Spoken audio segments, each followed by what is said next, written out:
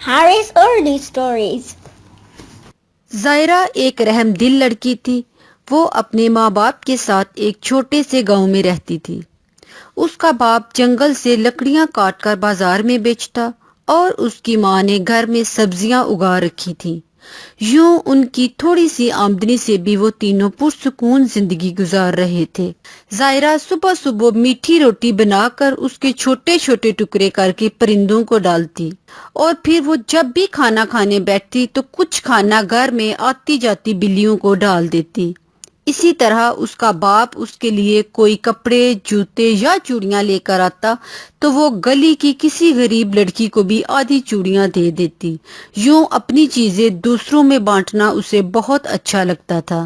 زائرہ اپنی سالگرہ کے لیے سارا سال پیسے جمع کرتی اور محلے کے سب بچوں کو دعوت دیتی اور ساتھ کہتی کہ کوئی بچہ تحفہ لے کر نہیں آئے گا کیونکہ وہ جانتی تھی کہ بچے اسے تحفے نہیں دے سکتے. یوں بچے اپنے پھٹے پرانے کپڑوں اور جوتوں میں زائرہ کے گھر سالگرہ پر آتے. وہ انہیں مزے مزے کا کھانا کھلاتی، ان کے ساتھ مل کر کوئی گیم کھیلتی اور پھر انہیں جاتے ہوئے ٹافیاں اور چاکلیٹ تحفے کے طور پر دیتی. اس طرح محلے کے سب بچے زائرہ کی سالگرہ کا بے تابی سے انتظار کرتے تھے. سالگرہ سے پہلے زائرہ کی ماں اس کے لیے خوبصورت کپڑے تیار کرتی اور اس کا باپ جوتے اور چوڑیاں لے کر آتا. زائرہ کی ہر سال یہ خواہش ہوتی کہ وہ بچوں کو نئے کپڑے، جوتے اور جیولری تحفے میں دے، لیکن وہ ایسا نہیں کر سکتی تھی.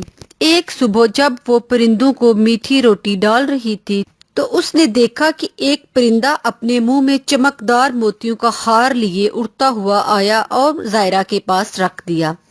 زائرہ نے جب وہ ہار اٹھا کر دیکھا تو اسے وہ بہت قیمتی معلوم ہوا. وہ سوچنے لگی کہ یہ ہار کس کا ہو سکتا ہے اور میں اس کے مالک کو کیسے تلاش کروں. چنانچہ اس نے وہ ہار سنبھال کر رکھ دیا تاکہ جب وہ کسی کا ہار گم جانے کا سنے گی تو اسے واپس کر دے گی. اس بات کو 2 مہینے گزر گئے. اس نے کسی سے ہار کے گم جانے کا نہ سنا.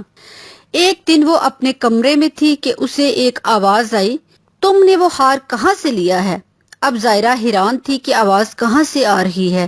دوبارہ پھر کسی نے بڑے پیار سے پوچھا کہ وہ ہار تم نے کہاں سے لیا ہے؟ زائرہ نے پرندے والی ساری بات سنائی. پھر اسے ایک آواز آئی کہ یہ ہار تم رکھ لو اور اسے بیچ کر اپنے لیے اچھا سا گھر خرید لو، یہ قیمتی موتیوں کا ہار ہے. لیکن زائرہ نے کہا نہیں، یہ ہار میرا نہیں ہے، میں اسے نہیں بیچ سکتی.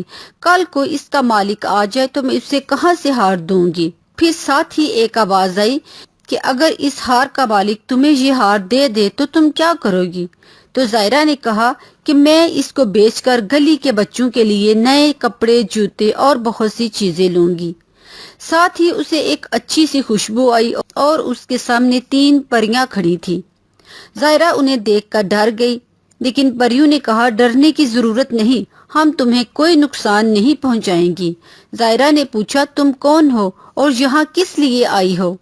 تو ان میں سے ایک پری بولی میرا نام سچ پری ہے اور میں سچ بولنے والوں کو پسند کرتی ہوں. دوسری نے کہا میرا نام رحم دل پری ہے اور سب رحم کرنے والے لوگ میرے پسندیدہ ہیں. جو تیسری پری نے کہا میرا نام ایمان پری ہے اور میں ایمانداری کی دل دادا ہوں. ہم تینوں سہیلیاں ہیں، ہم سچے، ایماندار اور رحم دل لوگوں کی تلاش میں رہتی ہیں تاکہ ان کی مدد کر سکیں. پریوں نے کہا تمہاری کیا خواہش ہے، ہم پوری کریں گے. تو زائرہ نے کہا کہ میری خواہش ہے کہ میں اپنی سالگرہ پر سب بچوں کے لیے نئے کپڑے، جوتے، کھلونے اور جیولری تحفے میں دوں. ان میں سے ایک پری نے چھڑی گھمائی اور ایک خوبصورت الماری اس کے کمرے میں آ گئی. پریوں نے اسے کہا یہ جادو کی الماری ہے، تم جب چاہو اس میں سے نئے کپڑے، جوتے، جیولری یا پرس نکال سکتی ہو.